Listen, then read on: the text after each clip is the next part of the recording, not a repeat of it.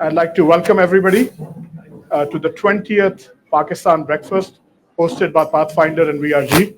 It is our privilege to welcome His Excellency Prime Minister Kakar. Thank you very much, sir, for coming. First of all, I would like to start with Mirek Dušek, old friend. I'm starting to have a hard time keeping up with your titles, Mirek, but Managing Director, it's been a dizzying rise, and obviously in charge of Eurasia, Europe, and other forum engagement. Mirek, I'd like you to say a few words. Thank you. Thank you so much. Really a pleasure to be here again. Ikram, Zarrar, Mr. Prime Minister. First of all, I'm informed this is the 20th time that you have this Pakistan breakfast at the annual meeting. So what a great tradition. And also, when I spoke to you, Ikram, before, you have been a partner of the World Economic Forum for over 30 years. So you've been coming here for over 30 years. I'm sure you've seen a lot of change, but really thank you so much for your engagement over the years. Mr. Prime Minister, it's so nice to have you here. We met yesterday at a session that was focusing on geopolitics, and you spoke very eloquently. Thank you for that. I also wanted to congratulate Pakistan on the Recharge Pakistan initiative that you launched at COP28. If you allow, I'll just like to say a few words about the overall framework here this year. It's called Rebuilding Trust. I also wanted to mention that we have here a specific initiative which has been going on for some years. It's called the Edison Alliance. It is focused on how do we make sure we digitally include more people worldwide. And again, I wanted to thank Ikram, Pathfinder Group, and through your virtual remittance gateway, VRG, you have been part of this. You have been part of this on behalf of Pakistan. We made a pledge overall globally that we wanted to connect 1 billion people by 2025. And right now, at the beginning of January 2024, we're at 784 million. So we will get there. And you've been a big part of this. And just to say that the specific thing that you're doing here, it's called Asan Mobile Account. It's been tremendously successful. We're very happy that you're part of that initiative and you're helping us make a difference in Pakistan and in the world. With that, again, big thank you to Pathfinder Group and big thank you to you, Mr. Prime Minister, for being here at the annual meeting with us. Thank you. Thank you, Mirek.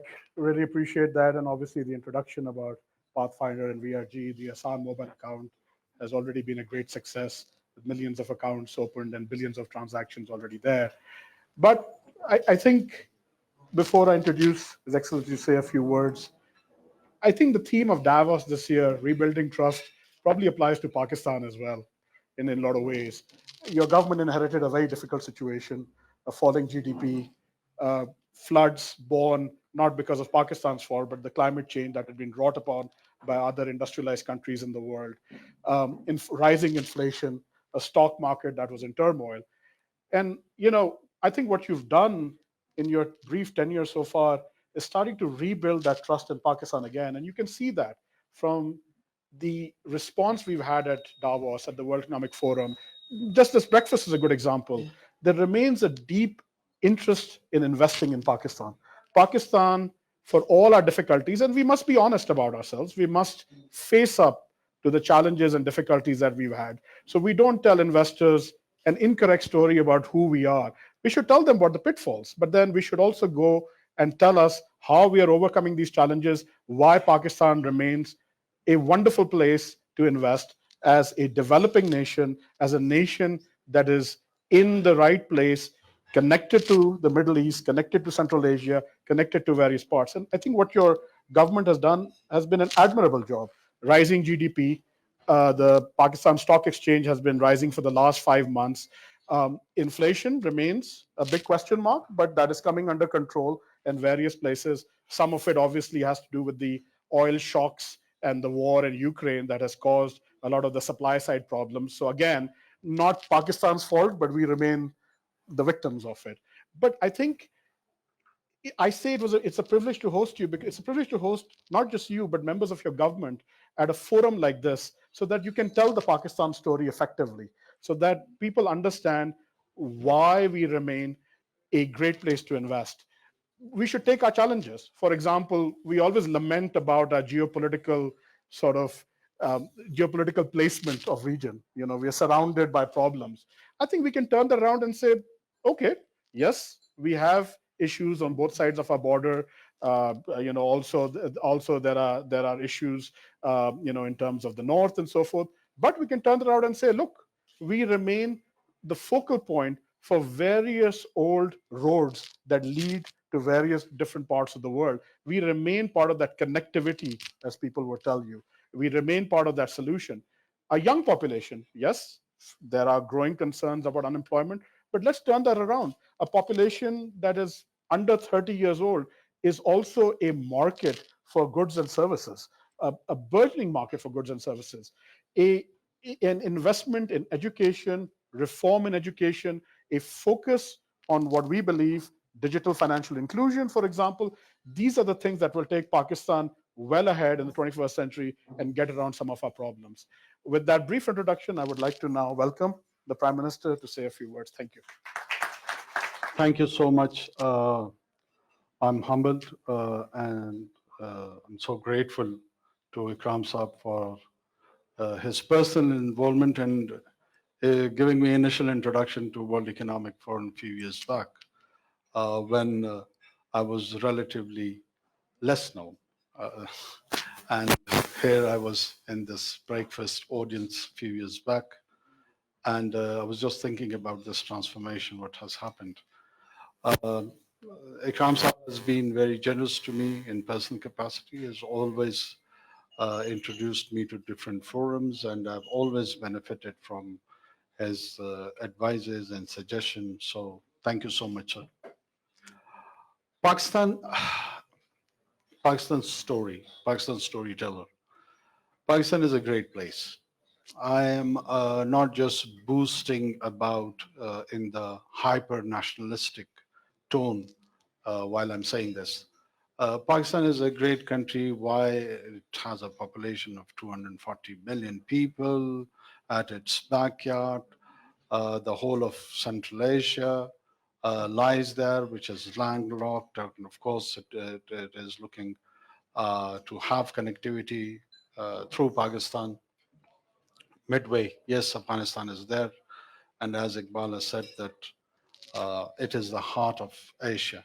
So the stability over there does have a spillover effect in the rest of the Asia, along with the North Caucasus and Iran on one side, and then there is a Confucius civilization of 1.5 billion people. So Pakistan, as a member of ECO, which has a 500 million population, Pakistan is ECO's India. It's biggest in terms of its population. Some $36 trillion trade is happening next door in China. And on the right, GCC with all its hydrocarbon exports has transformed its economy and diversified its economy and looking forward to enter into the manufacturing area. So what do they lack? They do have capital. The banks are filled with the money, but they don't know where to put it. As there is a demographic disadvantage. So they have two options: either import the population to their own countries or take the capital to the framework where the right kind of environment is available, the energy, and so on and so forth. Either they import population from India, Bangladesh, or Pakistan, which has, of course, political implications for the Arabian Peninsula. So the preference probably would be that the capital would flow to those countries. So we have to be more competitive, more attractive to facilitate that journey of industrialization over there. Chinese transformation of the journey of its modernization, where they started post 1979, and they have acquired a stage where they are relocating some of its industry. And one, along with the Southeast Asia, destination would be Pakistan, a country which has diversified cultures, ethnic groups, geography. You go to the north of Pakistan, you have 8 to 9 highest peaks in the world. It's a heaven for the people who are interested in mountaineering. Then you have deserts of Thar and plains of Punjab and deserts even in Balochistan. So this is all amalgamation of a different kind of a landscape, which is quite unique that it is offered in one place or in one territory. Pakistan's biggest asset is its human resource. 240 million people, 60% of them under the age of 30. What does that mean? That actually means whole of energy. Energy which needs, of course, a direction. We have got around 1.5 million workforce just in the IT sector. We've been working on its international accreditation also, that a year at least we should produce about 50,000 graduates who would be internationally accredited. Pakistan's governance structure is improving. Yes, of course, we have challenges, but if we can respond to those challenges within 5 months, I'm pretty much sure that any mandated government, which would be in place on 9th of February or by the end of February, would get it as a blueprint that how did we respond in this short stint. And I'm quite sanguine about that, that people are feeling a deep sense of positivity. We brought improvement and there was a revamp of the taxation structure. The entire structural changes are happening over there, that how do we collect our taxes. So there are 2 lessons which is take home, and that is spend less on the government and earn more. So effective government, smart government, less government. And we are partners in the business, in the private sector. We have our own stake with the private sector. We would encourage them to make more money, and we'll tax them, take our share of the business from them, and spend it on the social sector. This is the model. This is the model which can work. This is the model which has worked in many parts of the world, and I'm pretty much sure it would work here as well. Pakistan is a story of identity also. We've been viewed as our journey started probably in 14th August 1947, or to some who have studied Pakistan studies at school, the entry of Muhammad bin Qasim from the Arabian Peninsula is at times referred as a starting point of that identity. I would take it a bit further. I come from Balochistan, where the Mehergarh civilization initiated, and they were the one who provided the early inhabitant to Indus civilization. So Pakistan's identity and its story starts more or less about 9 to 10,000 years ago. And that was the area where the inhabitation started. This identity process, the collective memory of Pakistan, it has so many languages as part of its identity, starting from Sanskrit to Persian, English, local languages which were produced from Saraiki to Pashto, from Brahmi, which is a Dravidian origin language, to Sindhi, from Sindhi to Punjabi. And they all contributed along with the inspiration from the Central Asian languages, the Turkic Mongol origin languages. And it crafted a new lingua franca of Urdu. It expressed itself in poetic terms, it produced drama, art, So Pakistan is not just a story of a specific religion. It's way broader than that. It's way broader than that, and there is a lot of interest. Urdu is one of the biggest languages spoken around the world. It's poetry, the classic.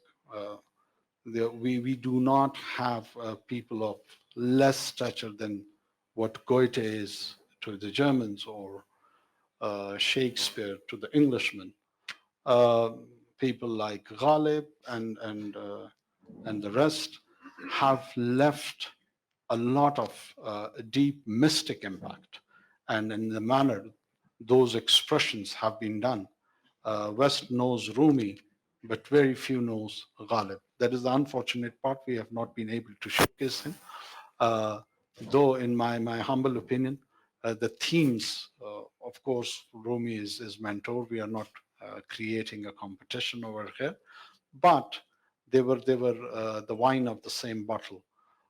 So more or less with the same sort of taste, the artistic taste. So Pakistan is not just a land where the trade activity would be happening all dry. It has its own ambience. It has its own color. It has different cultures, different languages, different cuisine, starting from Baloch Saji to Shinwari's Tikka and Kadais are the favorite cuisines which one can experience from one end of the country to another. So Pakistan is a beautiful story. Pakistan is a great story.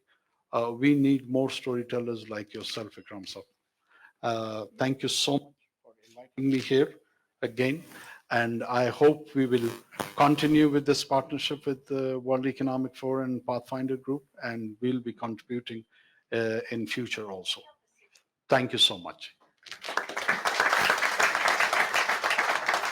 I would introduce Ikram Sehgal. I needs no introduction. To his friends, he's the Pakistani claw shop, but I will give him the floor now. I'd like to thank a lot of people. But first of all, I'd like to thank my family for supporting me all this time. 30 years is a long time, spending your own money. The family always thinks they should be spent on themselves rather than everybody else. In the meantime, the other one I want to thank is my staff. 2 CEOs of the companies, major companies here, which the Edison Alliance is sort of boosted like that. Both the companies CEOs are here. They were working with their hands. Can Alisha stand up, and Salman, and a lot of people. So I want to say that there's no dearth of Pakistani expertise. There's no dearth of Pakistani talent, right? And I want to make, because a lot of comments come on the SIFC, I was a bit skeptical. This is the first I went many years ago to Jan Musharraf and tried to convince him to do something, and he said, no, we've got democracy and we can't engage. And, when this SIFC started, I was a little bit skeptical. But now I think there is something, an instrument of success that can be used, right? Because you have the right people, you've got the right attitude, and to cut across red tape, which Al Mansoor Sahab was talking about, right? And we need people to come on and be like that. So before I didn't thank you, everybody. Thanks for being here. I'd just like first the family to come up for a quick photograph, quickly. Yeah, I know he's got to go. Quick photograph. And then my staff to please come up.